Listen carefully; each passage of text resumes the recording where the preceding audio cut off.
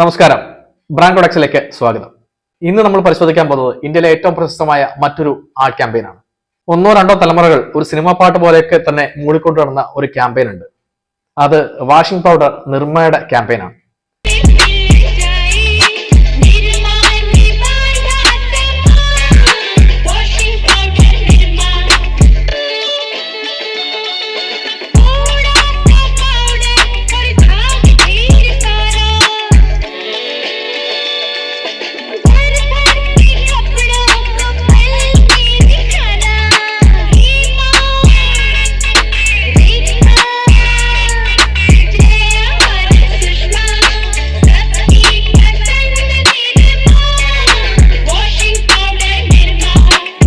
ആ ജിങ്കിൾ വളരെ പ്രശസ്തമാണ്. നമുക്കതിന്റെ വിഷ്വലും അതിന്റെ വരികളും എല്ലാം കാണാപ്പാടമായിട്ട് തന്നെ നിൽക്കുന്ന ഒരു സംഗതിയാണ്. 1969 സമയം ഗുജറാത്തിലെ ഒരു ഗവൺമെന്റ് ലാബിലെ കെമിസ്റ്റ് ആയിരുന്ന ഡോക്ടർ കർസൻ ഭായ് പട്ടേൽ സ്വന്തമായ ഒരു സംരംഭം ആരംഭിക്കുന്നു. അദ്ദേഹം തന്നെ ഡെവലപ്പ് ചെയ്ത് അദ്ദേഹം തന്നെ ഹാൻഡ് മിക്സ് ചെയ്ത ഒരു ഡിറ്റർജന്റ് പൗഡർ അദ്ദേഹം പുറത്തിറക്കിണ്ടായി. കിലോയ്ക്ക് 3 രൂപ മാത്രമായിരുന്നു വില. അന്നത്തെ സമയത്തൊക്കെ ഒരു സാധാരണക്കാരനോ ഇന്ത്യയിലെ പാവപ്പെട്ടവർക്കോ ആർക്കും ഈ പറയുന്ന ഒരു ഡിറ്റർജന്റ് പൗഡർ എന്ന് പറയുന്നത് ഒരു അഫോർഡബിൾ ആയിട്ടുള്ള ഒരു കമ്മ്യൂണിറ്റി ആയിരുന്നില്ല. അന്ന് ഉണ്ടായിരുന്നത് ഹിന്ദുസ്ഥാൻ ലിവറിന്റെ സർഫ് എന്ന അധികായനായിരുന്നു. സർഫ് പക്ഷേ 13 രൂപയായിരുന്നു 1 കിലോയുടെ വില. അന്നത്തെ സമയത്തൊക്കെ 1 കിലോയ്ക്ക് 13 രൂപ എന്ന് പറയുമ്പോൾ ഒരു സാധാരണക്കാരനോ പാവപ്പെട്ടവനോ ഒന്നും അഫോർഡ് ചെയ്യാൻ പറ്റുന്ന ഒരു വിലയായിരുന്നില്ല. അതൊരു പ്രീമിയം ബ്രാൻഡായി തന്നെയായിരുന്നു നിലനിന്നിരുന്നത്. ആ മാർക്കറ്റിലേക്കാണ് ഇദ്ദേഹം 3 രൂപയ്ക്ക് ഡിറ്റർജന്റ് പൗഡർ ഇറക്കിയത്. അദ്ദേഹത്തിന് ഇതിന് ഡിസ്ട്രിബ്യൂഷനോ മറ്റു സൗകര്യങ്ങളോ ഒന്നും ഇല്ലായിരുന്നു. അദ്ദേഹം ഒരു സൈക്കിളിൽ ഡോർ ടു ഡോർ സെല്ലിംഗ് ആയിരുന്നു നടത്തിക്കൊണ്ടിരുന്നത്. അദ്ദേഹം ഇതിന് നിർമ്മ എന്ന പേരിടാൻ ഒരു ഇമോഷണൽ റീസൺ ഉണ്ടായിരുന്നു. അദ്ദേഹത്തിന്റെ മകൾ നിരുപമ വളരെ ചെറുപ്പത്തിൽ തന്നെ ഒരു കാർ ആക്സിഡന്റിൽ മരണപ്പെടുകയുണ്ടായി. ആ കുട്ടിയുടെ ഓർമ്മയ്ക്ക് വേണ്ടിയിട്ട് ആ കുട്ടിയുടെ പേര് എന്നും നിലനിൽക്കണമെന്ന് ആഗ്രഹിച്ചുകൊണ്ട് അദ്ദേഹം ആ പേര് ചുരുക്കി നിരുപമ എന്നുള്ള പേര് ചുരുക്കി നിർമ്മ എന്നാക്കി മാറ്റുകയായിരുന്നു. അങ്ങനെയാണ് ബ്രാൻഡിന് നിർമ്മ എന്ന് പേരിട്ടത്.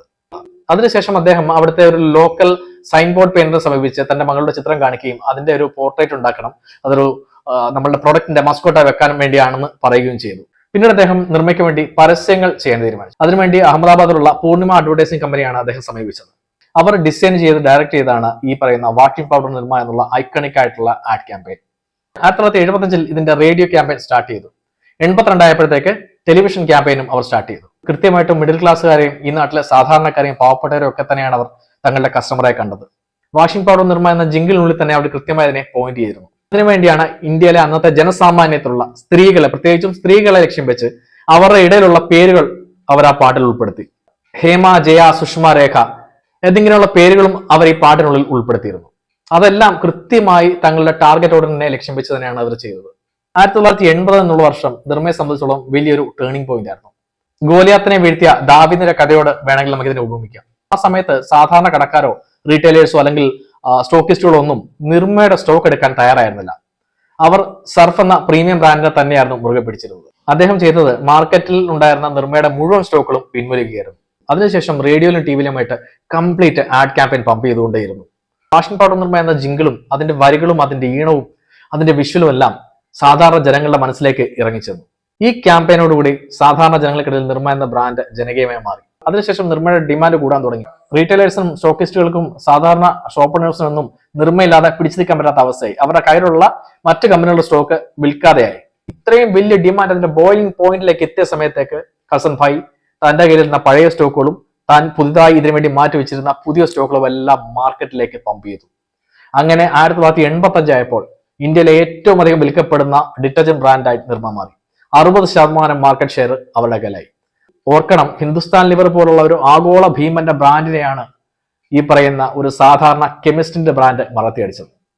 അതാണ് ഞാൻ നേരത്തെ പറഞ്ഞത്, ഗോലിയാത്തിനെ വീഴ്ത്തിയ ദാവീദിന്റെ കഥയ്ക്ക് തുല്യമാണ് നിർമ്മയുടെ ഒരു വരവെന്നുള്ളത്. മുന്നോട്ടുള്ള ബുക്കിൽ അവർ ബിസിനസ് ഡൈവേഴ്സിഫൈ ചെയ്തു. പിന്നീട് സിമന്റ് നിർമ്മാണത്തിലേക്കും ഫാർമസ്യൂട്ടിക്കൽ ബിസിനസ്സിലേക്കും ഒക്കെ അവർ കടന്നു.